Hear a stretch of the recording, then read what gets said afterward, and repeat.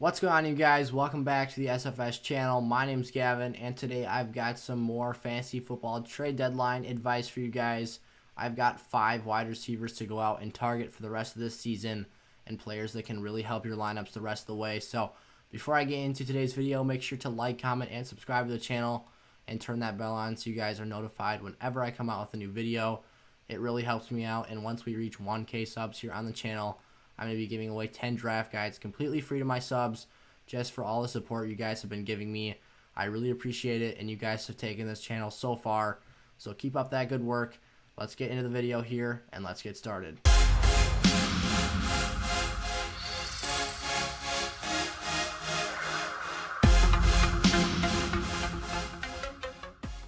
All right, my first wide receiver you guys need to go out and target for your fantasy lineups the rest of the season here at the trade deadline is Keenan Allen, the LA Chargers' #1 wideout.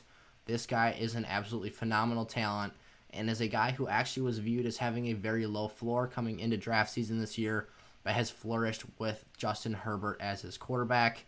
Keenan Allen is a PPR monster and a top 5 wide receiver in my opinion the rest of the way here.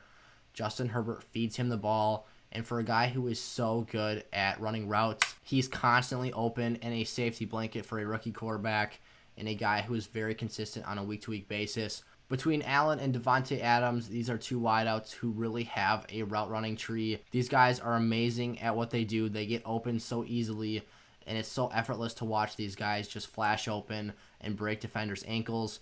Keenan Allen is a very, very good football player and one of the better wideouts in the NFL.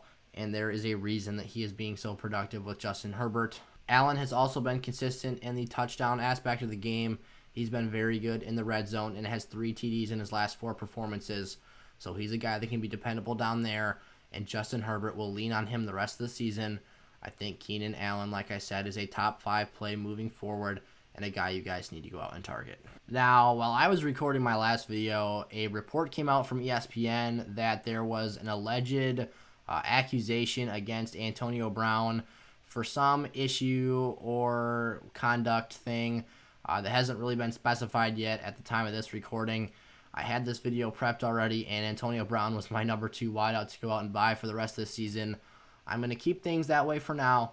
I have no reason to believe yet that Antonio Brown will be released by the Buccaneers or that he will no longer be suiting up this week due to a suspension or something in that nature. So Antonio Brown is my second wide receiver to go out and buy low for the rest of this fantasy season. And I actually think Brown, more so than other guys on this list, is a buy low candidate. Other players on this list are just extremely valuable guys to go out and get for your teams. But I think Brown is a guy who hasn't even really scraped the surface of what he could potentially be capable of in that Tampa Bay offense. He hasn't really had splash plays yet. No touchdowns yet for Brown as a Buccaneer. And I think that going forward, he can be a very high-level wide receiver 2 producer on a given week and a guy who can flash wide receiver 1 numbers of old in your lineups the rest of the way. Antonio Brown led all Buccaneer pass catchers in Week 10 with 7 grabs for 69 yards, and that's a very solid clip. And this is a guy, like I said, he's not getting those over-the-top plays and those deep balls that I expected him to be very involved with in this offense. Tampa Bay did blow out Carolina, and so they didn't really need to throw the football all that much. But Brown, nonetheless, was still very impressive and in PPR leagues got the job done this week. I think that going forward, Antonio Brown has a very high ceiling in that offense, and I think is a guy that Tom Brady could really lean on here. Kansas City is a matchup in a couple of weeks here where I would look for a shootout from KC and the Tampa Bay Bucks. I think Antonio Brown might pop in that game and put up some wild stats. So stay tuned for AB. I think he's going to be trending up if he's able to remain on the field. Hopefully that's the case because I think a lot of teams are depending on him here down the stretch. And I think Antonio Brown is also a very realistic buy for others as well. My next wide receiver here to buy for the rest of this fantasy season is Robert Woods. And he's a guy who is just a very dependable start in your lineups week in and week out. This is a guy with an incredibly safe floor and a guy you can depend on in any given matchup. I think Robert Woods is one of the safer picks in fantasy to be in your lineups every week. And with his dynamic usage in the running and receiving aspects of the game, Robert Woods, if you didn't know, has over 100 yards rushing this fantasy season. He's a guy who's been getting a lot of end arounds, reverses, and jet sweeps in that Sean McVay offense. So he's being used very well in Los Angeles. And I think Robert Woods is going to be a very key part to a lot of championship teams this year. This is a guy who, if you can get as a wide receiver 2 in your lineup, is going to be that consistent floor play that puts up safe numbers week in and week out and does not ruin your team. He's so dependable, and if you have a question mark at that spot, Robert Woods is a guy you need to go out and get and make an offer for. So go take a look at Robert Woods in your fantasy leagues. I think he will reward your teams nicely in the fantasy playoffs with some nice matchups as well. My next wide receiver you guys need to go out and target is Tyler Lockett, the number 2 wide receiver in the Seattle Seahawks offense. And this is a guy right now who's had some quiet games here over the last 3 or 4 weeks. He did have that massive performance against the Cardinals where he had 15 for 200 yards and 3 scores.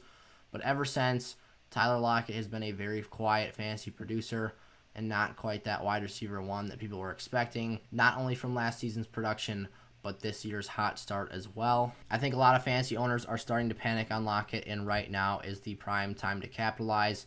And with it being the trade deadline, it is also perfect as well. So Tyler Lockett is not only a guy who is a deep threat in this offense, but a phenomenal route runner. Him and Russell Wilson have an elite and special connection in that offense, and I think he is going to flourish down the stretch here. The Seahawks have been really struggling lately. Teams have been bracketing DK Metcalf, and Russell Wilson has nowhere to go with the ball. The Seahawks running game has been awful as well, and I think upon the return of a guy like Chris Carson, this team is going to become a lot more balanced again and open up that passing offense for Russell, and in turn that is going to help out Lockett tremendously. Tyler is also a guy who's been used heavily in the red zone, and like I said, that great connection with Russell Wilson really shows and shines down there because they're able to make some ridiculous plays, and Tyler Lockett is definitely a threat to score multiple touchdowns in a given week. So Tyler Lockett, I love his upside the rest of the way this season. I think he's also a very safe floor guy. He's going to get his looks. He's going to get his numbers. And I think that when Seattle bounces back, Tyler Lockett will as well. And then my last player to go out and target for at the trade deadline here for fantasy football is the number 1 overall wide receiver scorer in 2019 across all formats at the position, Michael Thomas, the New Orleans Saints standout receiver. It's been no secret this year, teams that drafted Michael Thomas in the first round completely whiffed, and other than Saquon Barkley, probably, he is looking like the worst first-round pick that you guys could have invested into, and I think that that is about to take a hard turn the other direction and become a very, very nice player for your teams. Michael Thomas, understandably, in his 3 games played this season, has had very lackluster performances and outputs in fantasy football, and that is simply because of rust and tough matchups. Michael Thomas has faced Tampa Bay twice and the San Francisco 49ers once in the game where he had to see a quarterback change because his starting QB, Drew Brees, had a collapsed lung and multiple broken ribs on each side of his rib cage. Literally everything that Michael Thomas could have working against him has so far this season. I think he was dealing with like an ankle, and then as soon as he was ready to come back from that, he tweaked a hammy at practice and missed another like 3 or 4 games, and then he got into a fight with his teammate and missed some more time due to an in-team suspension. So Michael Thomas has had a rocky road this year, but like I said, things are going to start trending upwards for him the rest of the season, and he is a guy that you can depend on in your fantasy lineups. But like I said, moving forward, I think Michael Thomas can finally see the light at the end of the tunnel and start producing those numbers that we expected from him in his draft stock. The quarterback change to Jameis Winston coming up here in Week 11, I actually see benefiting Michael Thomas tremendously. We all remember the numbers that Chris Godwin and Mike Evans put up last season in fantasy because he would just chuck it down the field and give jump balls. And Mike Thomas is no slouch in stature. This guy is 6'3" and has great hands. He is top class in the NFL in that category, along with his slant routes, if you want some Michael Thomas slander there. But Michael Thomas, definitely a guy I like the rest of this season. I think Jameis actually boosts his fantasy value, as I stated, and I think that going forward with those great matchups he's got here, I think he has a really solid 4-game stretch here and the season off. Michael Thomas is a guy who can be trusted in your lineups again. I'm expecting his volume to go way up on the Saints offense. I'm expecting him to be finally integrated back into that offensive scheme. So I think that MT going forward is back into that wide receiver 1 producing category. Those were my top 5 wide receivers to buy for at the trade deadline for 2020 fantasy football. If you guys enjoyed today's video, make sure to like, comment, and subscribe to the channel. And stay tuned for more future episodes. If you guys are looking for some more trade content, look back the past couple days. I've got a top 5 running backs video as well as a buy low and sell high candidates list as well. So thank you guys so much for watching. I'll see you guys next time. Peace out.